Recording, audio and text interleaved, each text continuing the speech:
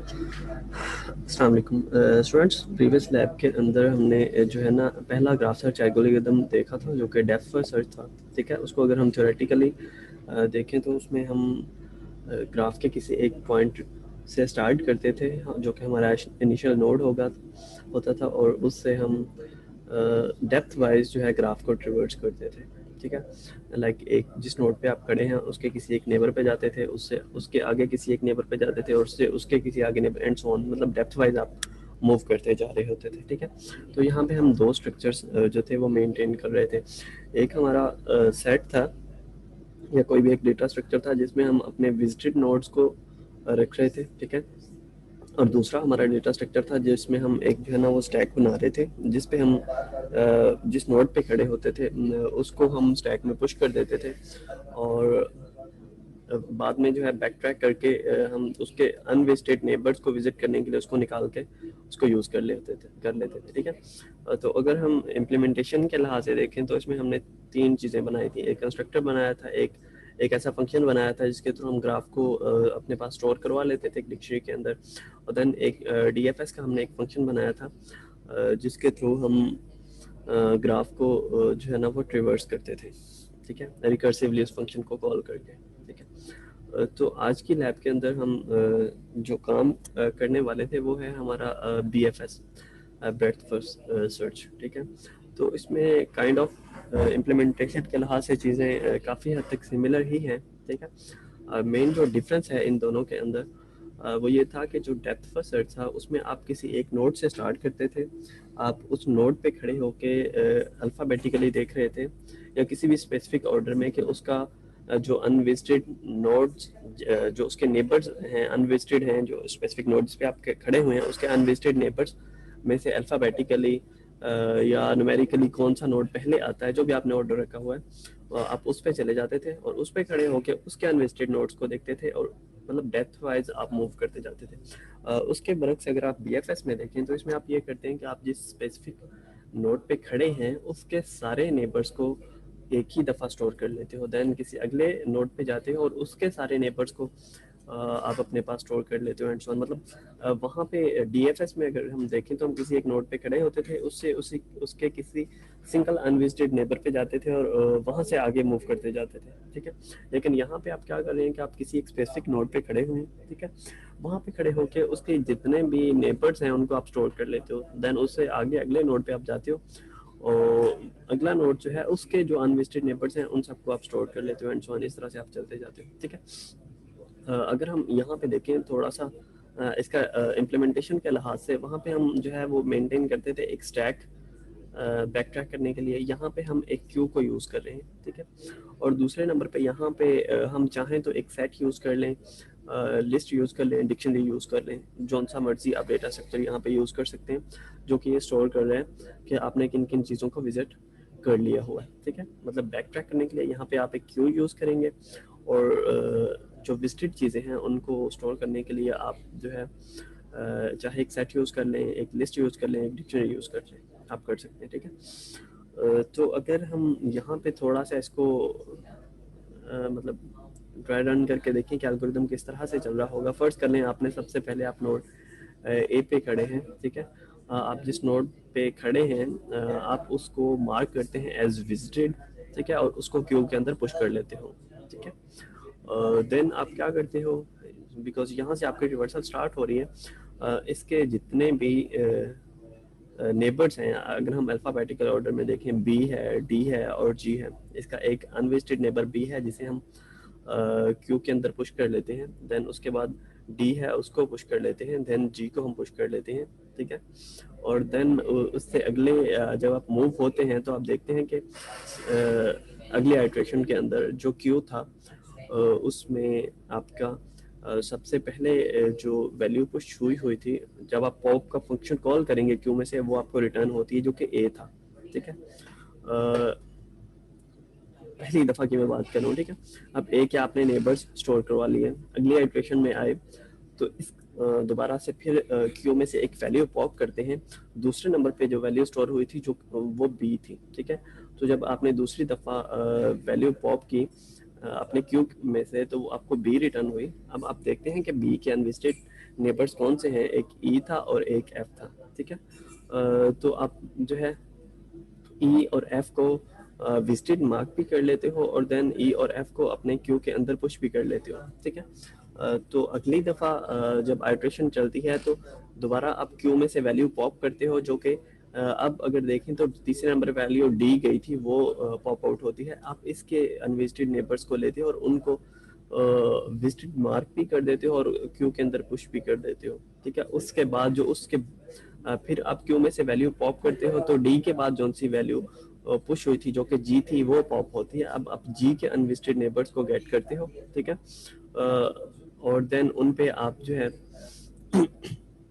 Sorry unvested neighbours को gate करते हो, उनको आप जो है मार्क एज ए विजिटेड यहाँ पे स्टोर कर लेते हो, ठीक है।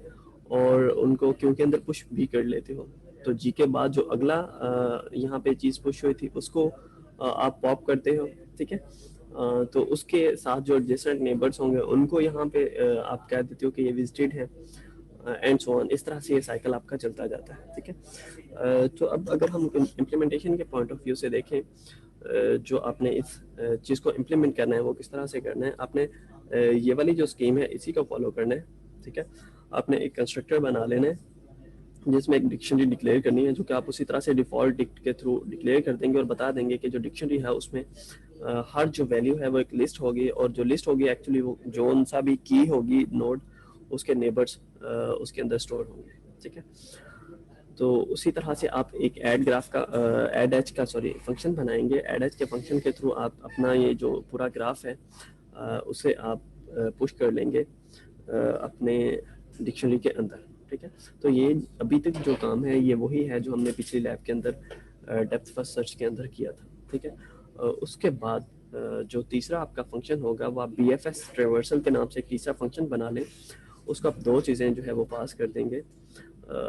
एक आपका नोड होगा जहाँ से आप ट्रेवर्स करना स्टार्ट कर रहे हैं, और दूसरा आपका वो डेटा स्ट्रक्चर होगा जिसमें आप करंटली विजिटेड चीज़ों का ट्रैक जो है वो रख रहे हैं, जो कि आपने पिछली दफ़ा हमने एक सेट यूज़ किया था, ठीक है। तो अब बिकॉज आपका उसी चीज़ से रिलेटेड ही लैब है, आप चाहें तो इन चीज़ों को क्लास लेवल पे डिक्लेयर कर लें, क्यों को भी और इस डेटा स्ट्रक्चर को भी, और आपको आर्गुमेंट में पास करने की उसकी ज़रूरत भी नहीं होगी फिर। तो ये आप पे डिपेंड करता है कि अगर आप चाहें तो इन चीज़ों को क्लास लेवल पे डिपेंड कर दें, या आप अगर मेन में ही डिक्लेयर कर रहे हैं बाहर तो आप उसे आर्गुमेंट के तौर पे पास करते जाएं। ये आप पे डिपेंड करता है, ठीक है। मेनली जो यहाँ पे समझने वाली चीज़ है वो ये है कि आपने एक बी एफ एस ट्रेवर्सल के नाम से एक फंक्शन बनाना है जिसको आप अपना इनिशियल जो नोड है वो पास कर देंगे। ये रिप्रेजेंट कर रहा है कि आपने ट्रिवर्स कहाँ से करना स्टार्ट करना। फर्स्ट कर लें आपने ए पास कर दिया, ठीक है, बी एफ एस ट्रेवर्सल के नाम को। तो अब सबसे पहले आप जो है उस फंक्शन के अंदर ये जो स्पेसिफिक नोड आया इसे मार्क कर लेते हो एज ए विजिटेड, यानी कि जो भी आपका ये जो सेट होगा, डिक्शनरी होगी, लिस्ट होगी, जौन सा भी स्ट्रक्चर होगा उसके अंदर आप इसे विजिटेड स्टोर कर लेते हो कि ये चीज़ मैंने विजिट कर ली है, और उसको क्यू के अंदर पुश कर लेते हो, ठीक है। ये आपकी पहली दफ़ा जब फंक्शन कॉल हो रहा है तो ये हो रहा है। उसके बाद आगे एक लूप आगे उसके बाद आप क्या करते हो कि हर दफ़ा अगला जो काम है वो आपका कह लेंगे रिकर्सिव पार्ट आ जाना है। उसमें आप क्या करते हो कि आपका जो भी क्यू है उसमें से एक वैल्यू पॉप करते हो। तो अभी चूंकि वैल्यू सिर्फ एक ही उसमें से गई है तो पहली दफ़ा ए पुश हुआ था तो वही पॉप हो जाएगा। जो वैल्यू पॉप हुई डिक्शनरी में से उसकी उस की के अगेंस्ट वैल्यूज गेट कर लेते हो, ठीक है। जब डिक्शनरी जो आपने कंस्ट्रक्टर में डिक्लेयर की थी और एड एच के फंक्शन में उसको फिल किया था, उसमें जब आप की ए पास करते हो तो आपके पास लिस्ट रिटर्न होती है जिसमें बी होता है, जी होता है और डी एज ए वैल्यू होती है, ठीक है। तो आपने जो है सबसे पहले फंक्शन में जो पहली लाइन थी उसमें आपने ए को विजिटेड मार्क किया, दूसरे नंबर पे ए को जो है ना आपने क्यू में स्टोर करवा लिया, और उसके बाद आप क्या कर रहे हैं कि आपने वैल्यू एक पॉप आउट की और उस वैल्यू को आप क्या करते हो डिक्शनरी को पास करते हो, और डिक्शनरी में से उसका जो है आप नेबर्स जो है उनको गाइड कर लेते हो और उन पे रिकर्सिव जो है लूप चला लेते हो। और हर दफ़ा उसका एक नेबर आपके पास आता है, उसको आप क्यू में पुट करते हो, एन क्यू करते हो, और उसको विजिटेड मार्क कर देते हो और उसके लिहाज से देन रिकर्सिव कॉल फिट कर देते हो एंड सो ऑन। तो इसको मैं थोड़ा सा कोड से आप कह लें कि थोड़ा सा एक्सप्लेन कर देता हूँ। BFS का फंक्शन आपका वर्क किस तरह से कर रहा होगा। आप क्या करते हो कि उसमें जो है नोड जो है आपका स्टार्टिंग नोड वो पास कर देते हो। यहाँ पे मैं एज्यूम कर रहा हूँ कि मैंने जो दोनों स्ट्रक्चर हैं यानी कि क्यू और जो है सेट जिसमें विजिटेड या लिस्ट जो भी चीज़ मैं यूज़ कर रहा हूँ जिसमें विजिटेड चीज़ों की इन्फॉर्मेशन स्टोर हो रही है उनको क्लास लेवल पे मैंने डिक्लेयर कर लिया हो, तो यहाँ पे मुझे कंस्ट्रक्टर के थ्रू पास करने की ज़रूरत नहीं। ठीक है, तो एस जो है एक नोड पास हुआ। सबसे पहले मैंने कह दिया अपनी लिस्ट के अंदर के जो है मेरा एस जो है ना वो विजिटेड है। ठीक है, मैंने उसको विजिटेड मार्क कर लेना है। ठीक है, और उसके बाद ये यहाँ से आपका कोड जो है शो हो रहा है। ठीक है, ये चूँकि मैंने जस्ट ये यहाँ पे ऐड किया हुआ है, एक्चुअली ये आप ये समझ लें कि ये फंक्शन से बाहर आपके पास ये लिखा हुआ है क्लास लेवल पे के। ठीक है, कि शुरू में आपने विजिटेड अगर लिस्ट यूज़ कर रहे हैं तो आपके पास यहाँ पे आप ना एक लिस्ट क्रिएट कर लेते हैं। इसका उतना ही साइज होता है जितने आपके पास ग्राफ के अंदर नोड्स होते हैं और आप सब इंडेक्सेस पे फॉल्स स्टोर करवा देते हो कि विजिट नहीं किया सबको और एक क्यू क्रिएट कर लेते हो। ठीक है, तो सबसे पहले आप क्या करते हो कि जो सॉरी आपके पास नोड आया उसको आप क्यू के अंदर पुश कर लेते हो। ठीक है, और उसके बाद आप उसको ट्रू कर देते हो उसके लिए विजिट के ये जो नोड आया है ये मैंने विजिट कर लिया है उसके लिए विजिट ट्रू कर दिया। ठीक है, उसके बाद आपका एक लूप चलता है।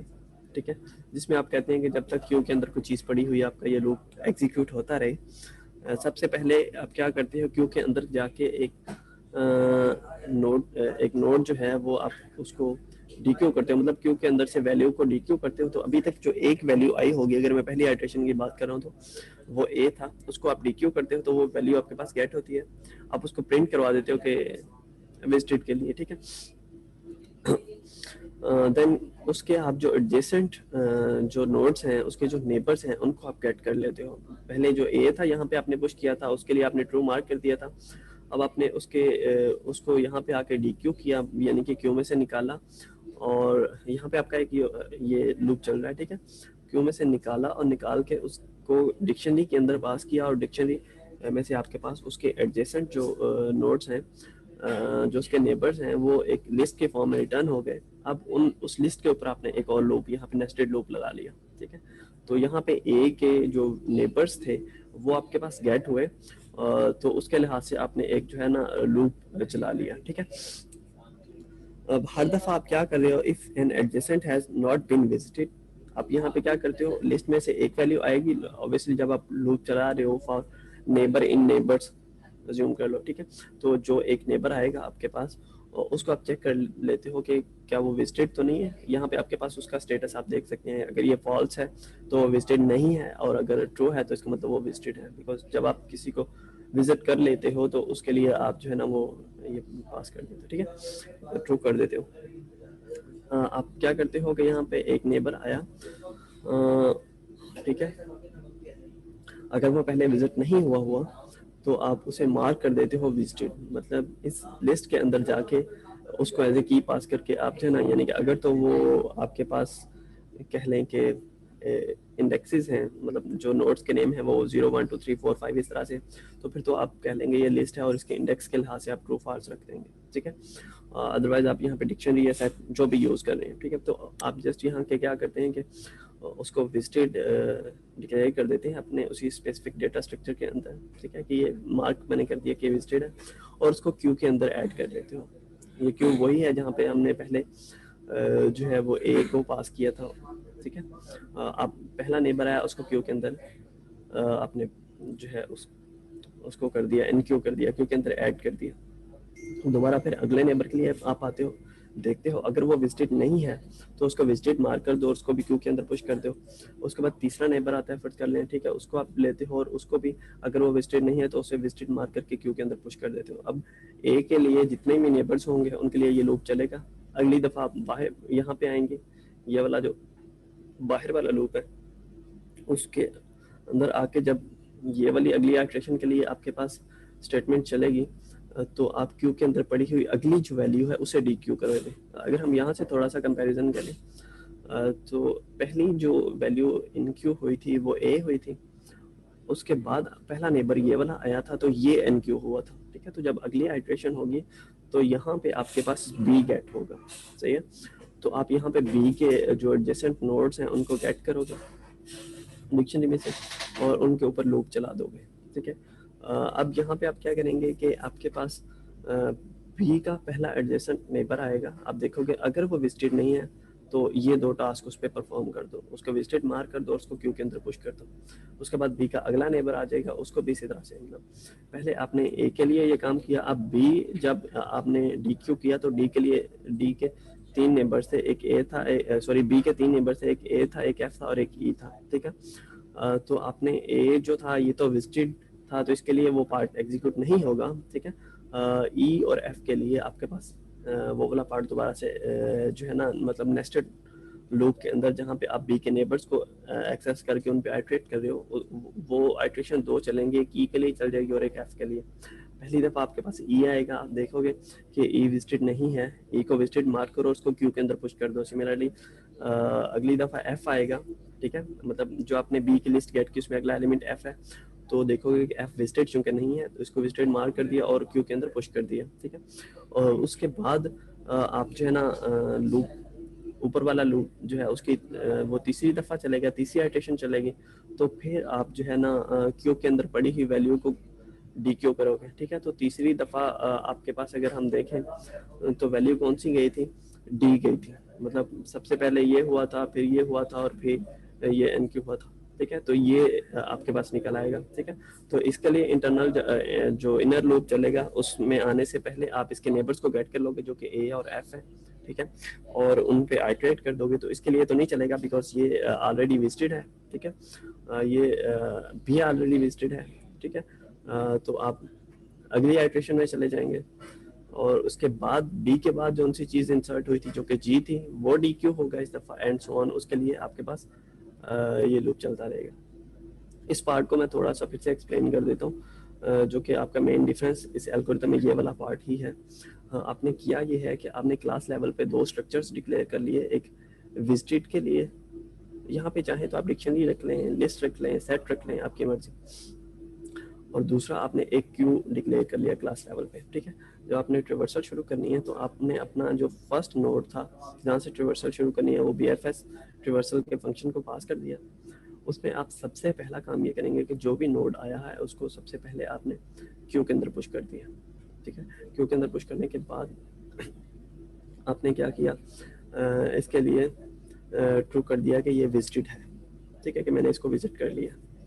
अच्छा, उसके बाद आपने एक लूप लगाया जो कि चल रहा है जब तक क्यू एम्प्टी नहीं हो जाता आपका, ठीक है। हर दफ़ा आप क्या करते हो कि क्यू में से पड़ी हुई वैल्यू को डी क्यू करते हो। जब आप डीको का फंक्शन यानी कि पॉप का फंक्शन कॉल करोगे क्यू पे तो जो सबसे पहले वैल्यू इंसर्ट हुई थी वो आपको निकल आएगी जो कि अभी ए ही निकलेगी, ठीक है। देन आप ए के सारे नेबर्स को गेट करते हो डिक्शनरी में से और उनके ऊपर एक लूप लगा देते हो।